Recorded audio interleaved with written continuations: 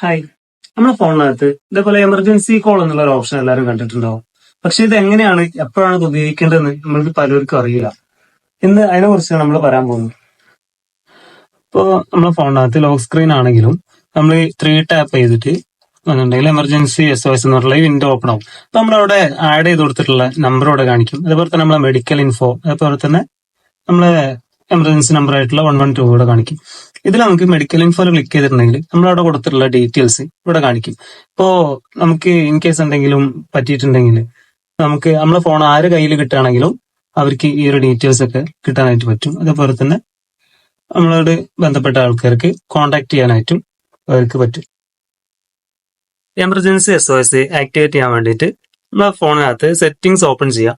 സെറ്റിംഗ്സിൽ safety and emergency എന്ന് പറയുന്ന ഓപ്ഷനിൽ എമർജൻസി SOS എന്നുള്ളത് എനേബിൾ ചെയ്ത് കൊടുക്കുക. എനേബിൾ ചെയ്തതിനു ശേഷം നമുക്ക് നമ്മളെ എമർജൻസി കോൺടാക്ട്സ് ആഡ് ചെയ്യാനുള്ള ഒരു ഓപ്ഷൻ ഉണ്ട്. അതിനകത്ത് നമുക്ക് വേണ്ടപ്പെട്ടവരുടെ കോൺടാക്ട് നമുക്ക് ആഡ് ചെയ്ത് കൊടുക്കാൻ പറ്റും. പിന്നെ അതിനുശേഷം നമ്മൾ മെഡിക്കൽ ഇൻഫോയില് നമുക്ക് എഡിറ്റ് ഓപ്ഷൻ കൊടുത്തിട്ടുണ്ടെങ്കിൽ അവിടെ നമ്മുടെ പേര്, അതേപോലെ തന്നെ നമ്മളെ ഹൈറ്റ്, വെയിറ്റ്, അതേപോലെ തന്നെ നമ്മളെ അഡ്രസ്സ്, അതേപോലെ തന്നെ നമ്മൾ ബാക്കിയുള്ള ഡീറ്റെയിൽസ് ഇതെല്ലാം നമ്മൾ ചെയ്തതിന് ശേഷം ഓക്കെ കൊടുക്കുക. ഒപ്പം തന്നെ നമ്മളെ എമർജൻസി SOS എന്നുള്ള ഓപ്ഷനിൽ നമുക്ക് ഡിഫോൾട്ട് എമർജൻസി സർവീസസ് എന്നുള്ളത് നമുക്ക് സെറ്റ് ചെയ്ത് കൊടുത്തുള്ള നമ്പറിലേക്ക് മാറ്റാൻ വേണ്ടിയിട്ട് പറ്റും. അപ്പോൾ ഇത്രയാണ് നമുക്ക് എമർജൻസി SOS ആക്ടിവേറ്റ് ചെയ്യാനുള്ളത്.